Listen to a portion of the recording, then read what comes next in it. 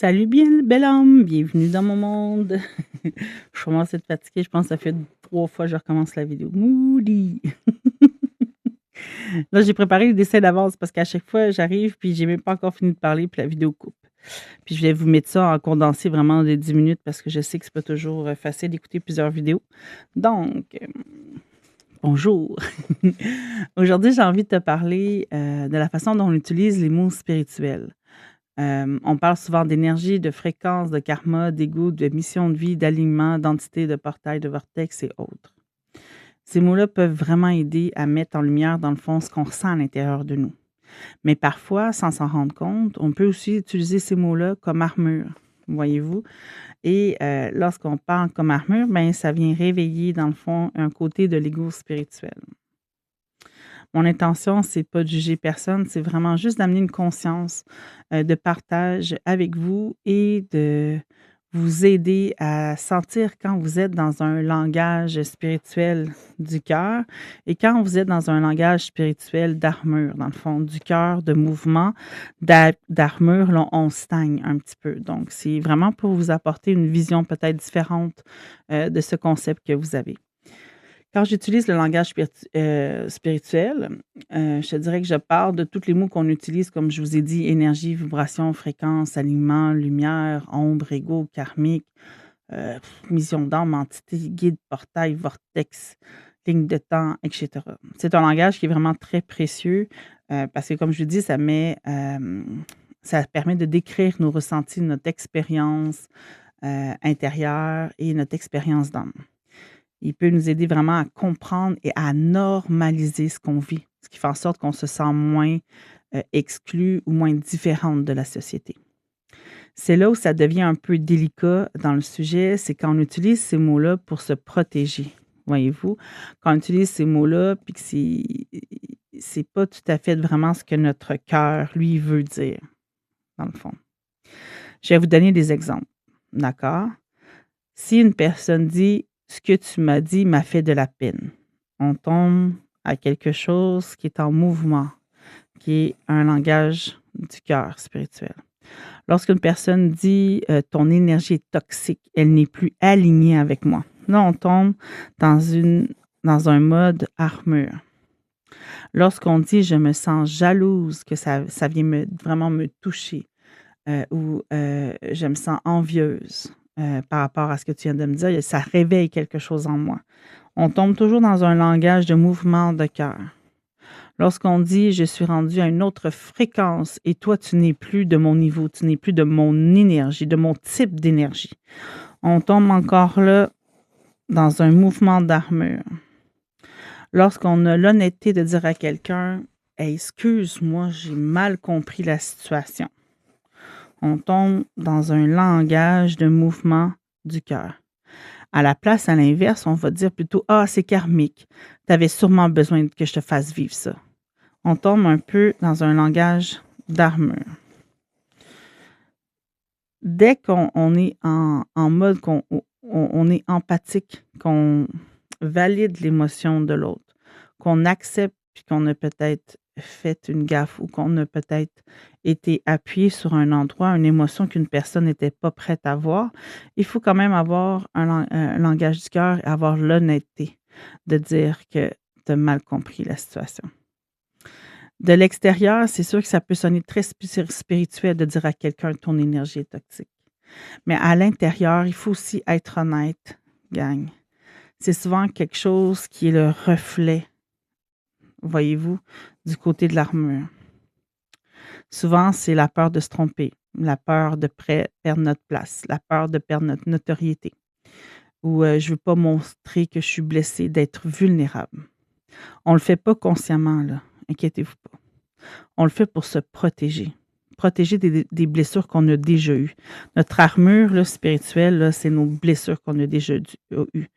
Quand on s'est senti blessé, ridiculisé, pas pris au sérieux. Le but ici, c'est vraiment pas de se taper dessus, s'il vous plaît. Là. C'est vraiment juste de voir que lorsqu'on tombe en mode armure, il faut revenir dans notre cœur. Il faut revenir dans notre langage spirituel. Parce que si on reste en mode armure, on s'en va vers une activation de l'ego spirituel, vers un mode éveil, mais qui serait peut-être pas aussi agréable que tu peux le penser, parce qu'il va falloir aller travailler cette zone-là à partir de là. Voyez-vous? Donc, ça va être important de vérifier, dans le fond. Ce ne sera pas trop long, j'ai besoin de boire de l'eau. Donc, maintenant, ce que j'aimerais voir avec vous, c'est comment on peut faire autrement sans rejeter ce langage-là spirituel. Parce qu'il faut accepter que parfois, on a un langage spirituel de cœur et parfois qu'on est dans l'ego spirituel mode armure. D'accord?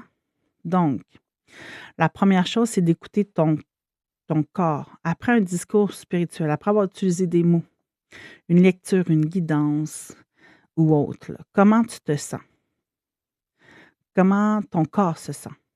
Si tu te sens calme, en paix, aligné avec ce que tu as dit, même si ça brassait un peu, même si ça a bougé de l'énergie lorsque tu as discuté avec la personne, même si ça a brassé certaines émotions, tant que ton langage spirituel est soutenu et que tu te sens en paix, calme et aligné avec toi-même après ton discours, c'est un élément qui te permet de savoir que tu étais dans un langage spirituel du cœur. Si tu te sens par contre tout petite, tu te sens coupable, tu te sens perdu, tu as peur, tu sais, là, on tombe vraiment dans un langage de l'armure, dans le fond. Ou, si tu préfères, un petit peu vers l'ego spirituel. Donc, on était réveillé quelque chose. Ensuite, tu peux, dans ce temps-là, remettre un peu de douceur dans certaines des phrases. Je vais vous donner un exemple pour peut-être vous aider à savoir de quelle façon je pourrais utiliser mon langage pour être beaucoup plus dans mon cœur. Donc, si tu veux dire « tu n'es pas prêt pour cette fréquence », exemple. Tu sais, si pour toi, tu dis « ben la personne n'est pas prête pour ce que je veux y enseigner », voici comme ce que tu devrais dire. Je sens que ce type d'accompagnement n'est peut-être pas de la douceur que tu souhaites en ce moment. On peut parler si tu souhaites, mais je suis peut-être pas la personne qui est propice à pouvoir t'accompagner. Est-ce que vous voyez ce que je veux dire? On reste dans le cœur, on n'est pas dans l'ego, puis on n'est pas en mode blessure. Si on veut dire à quelqu'un c'est karmique ou je suis ton miroir, on peut dire tout simplement ce que tu vis touche quelque chose de profond en toi. C'est normal que ça fasse mal parce qu'on est en train de réveiller ensemble une blessure, une émotion et je vais t'accompagner pour réussir à pouvoir l'accueillir et la transmuter. On s'entend, on dit accompagner. Donc, on ne ressent pas la place de la personne, on accompagne. Donc, on le reste toujours à l'extérieur du champ de la personne, on fait que l'accompagner. Tu gardes des mots spirituels que tu as besoin, qui est ressenti avec ton cœur. Tu es responsable des ressentis et tu comprends aussi l'impact des mots que tu choisis. Donc, tu tombes toujours en mouvement et en langage spirituel du cœur. Tu peux te poser aussi une question très simple, à savoir, est-ce que je suis en mode armure, en mode mouvement? Mode mouvement, on s'en souvient, c'est le langage spirituel du cœur. Mode armure, c'est le langage de l'ego spirituel.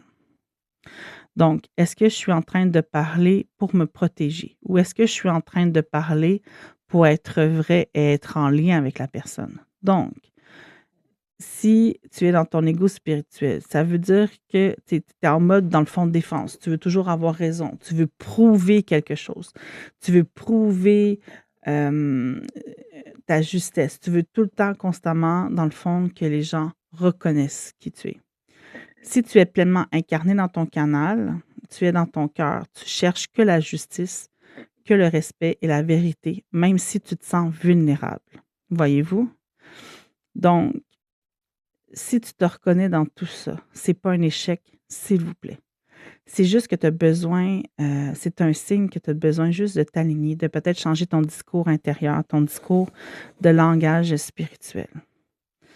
Tu sais, il y a des outils très simples qui se ramènent dans son cœur, de regarder vraiment comment tu peux devenir avec un langage qui est aligné avec toi, comment tu peux devenir spirituel là-dedans. Donc, je vais me grouiller, il me reste 1 minute. Donc, le langage spirituel est un outil vraiment merveilleux. Il peut être une prison il peut être une armure, mais il peut aussi devenir un pont entre ton cœur et l'humilité. Donc, j'espère que ça a pu vous aider